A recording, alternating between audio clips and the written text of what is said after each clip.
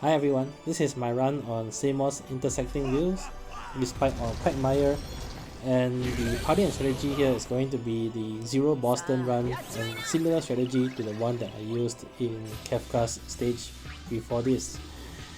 At the start of the fight, Xande will always use Destruction Quagga, and if you have Leila in your party, she will always evade that attack and trigger her counter-attack orders.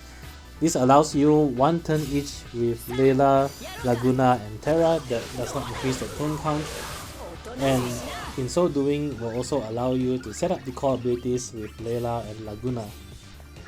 I gave Leila the general Leo LD call. If you don't have it, just use one of the elemental enchant or imperil calls, and for Laguna I gave him Warrior of Light LD call, and that actually isn't too important as well. The fight isn't too risky in terms of HP damage, so if you don't have Warrior of Light LD call, just put another call that buffs your party's damage. I think that should be good enough. One good alternative would be Cait Sith or Iroha LD call. Coming to Terra's turn, I used her free turn to just do a meltdown at first. Because of the high turn rate, it gives her another instant turn, and then right after that I popped into burst mode with Terra.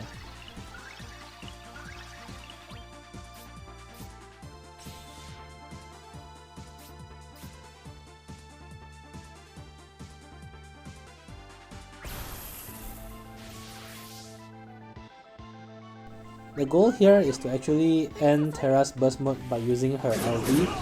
Doing so will also give her a couple of free turns after that, and during the burst mode you'll notice that you will be able to launch some of the enemies, in particular the Onion Knight mannequin.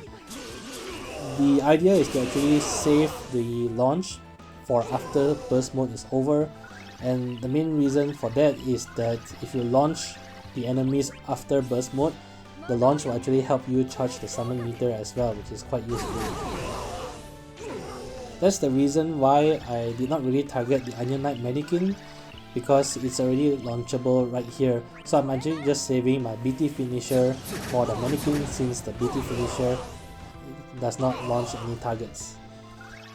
One thing about the call ability on Terra, I gave her the Seymour LD call, which is fairly new, but the only key utility you need to actually have on Terra in this strategy is the party wide 2-turn delay, so that you can plus 10 the Lufenia Orb.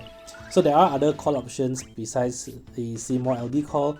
You can also use either Ramza LD call, Club LD call, or a Quistis LD call to also uptick the orb by plus 10.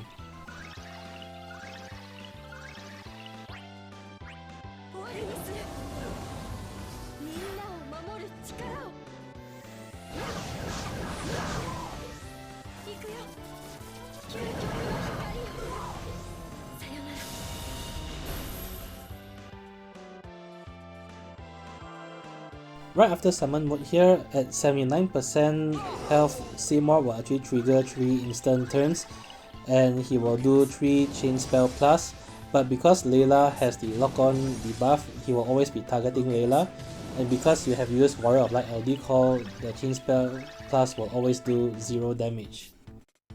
At this point, the Lufenia Orb is at 4 count, and I have 3 more free turns with Terra. The key here is that I want to actually bring either Onion Knight or Xande to 49% by the end of Terra's free turns, and this is actually done on purpose so that I can actually trigger another counter attack orders from Leila, but I'll get more into that as we hit 49%.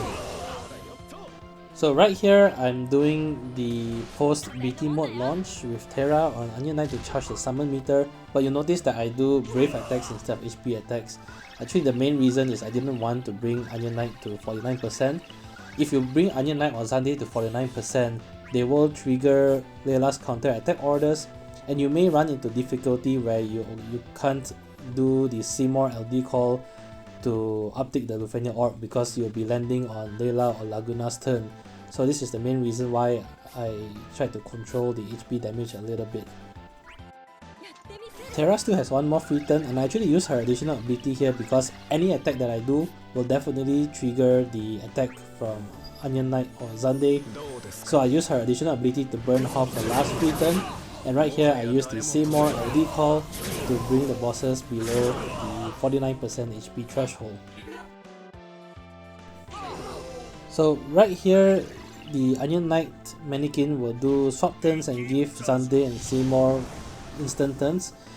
Xande will always trigger Leila's counter-attack orders, and that's why here you get one free turn each with Leila, Terra and Laguna.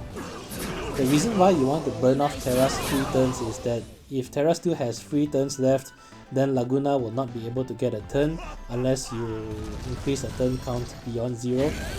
I want Laguna to have a turn because I actually want to swap him out for the Garnet support.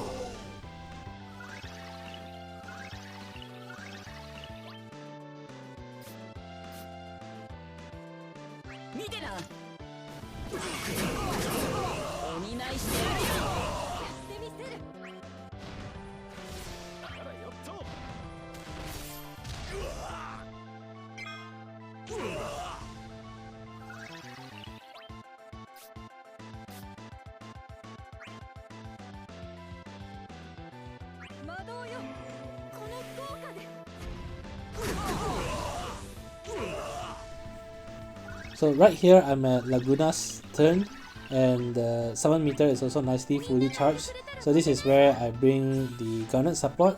Garnet always has one turn free at the start, so you can safely use her BT plus without increasing the turn count. And then right after this you can just pop summon mode and end the fight. Now granted, this is a rather convoluted strategy to try to remain at 0 turns and fully utilize the Garnet clan support and summon mode. Notice that I actually didn't really use Terra's LD at all by this point. I only used the 1 LD during her burst mode. If you don't really care too much about the turn count, or you can just really spam LD knockdown with Terra until the end of the fight. None of the instant warp turns really matter here because you'll be protected by Leila and the Warrior of Light LD call.